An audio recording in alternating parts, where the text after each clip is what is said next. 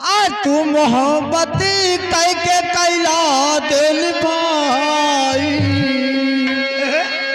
तू मोहब्बती कह के कैला दिल भाई, आज काहे गैला तू भुलाई, तू मोहब्बती कह के कैला दिल भाई, आज काहे गैला तू भुलाई, कौन गलती कैला कैला बेवफाई, कैला कैला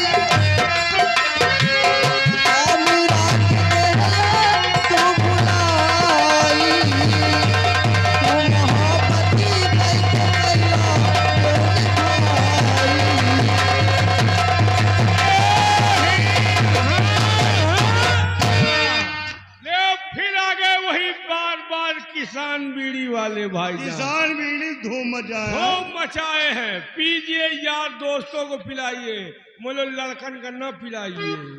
20 रुपए का स्पेशल पुरस्कार। क्या कह रहे किसान बीड़ी? ये आगे विकास डीजे ये रात भर के ठेकल है डीजे कमाई आज सब लोग बंकिन मचाई। विकास डीजे जो कि केंद्र बोर्ड 20 रुपए के परिणाम पार्टी को लाख लाख शुक्रिया। क्या कहना चाहते? छोड़ देला बीच मझधार में, ताकि तू लगाई देला हमही के प्यार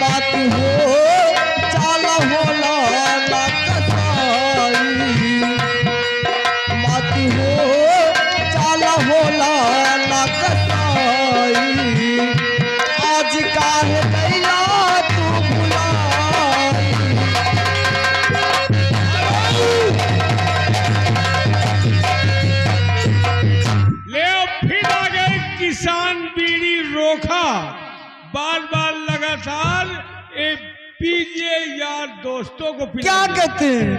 कहते कुछ नहीं न, खाली जनता का बीड़ी पिया हुए आए हैं। 20 रुपए का यहाँ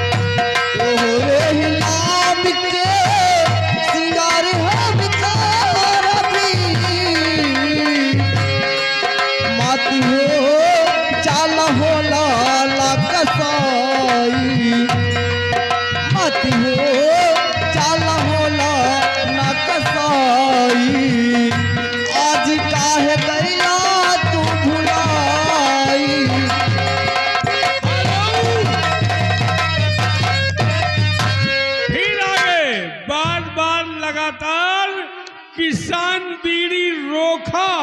पीजिए यार दोस्तों को पिलाइए। 20 रुपए का इनाम पार्टी को धन्यवाद। और ये फिर आ गए राम नारायण मिस्त्री जी। क्या कहते हैं? लाइट टेंट हाउस वाले। ये 10 रुपए का इनाम और भैया का कहना है 10-20 में किसी की फरमाइश नहीं होगी, फरमाइश होगी तो 150 में नहीं, किसी की फरमाइश नहीं होगी। हेलो, ये आगे मोरिया flower decoration Chaurasia tent house जो कि नसीराबाद, ये उनकी तरफ से 50 रुपए का पुरस्कार। गाने की फरमाइश है 100 साल पहले हमें तुमसे प्यार। और देखिए हम माननीय कमेटी व प्रधान जी से हाथ जोड़कर निवेदन कर रहे हैं कि भैया थोड़ी सूखी लकड़ी हमारे श्रृंगार घर में पहुंचा दें। धन्यवाद। और 100 साल पहले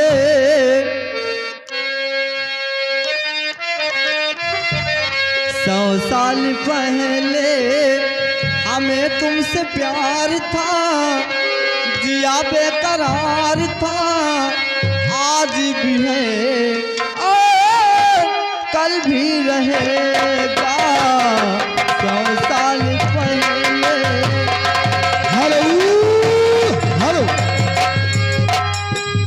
हेलो, ये आगे Nikhil fancy tent house and light house, Nikhil fancy light house tent house जो कि रहीमगंज, ये उनकी तरफ से 20 रुपए का पुरस्कार धन्यवाद।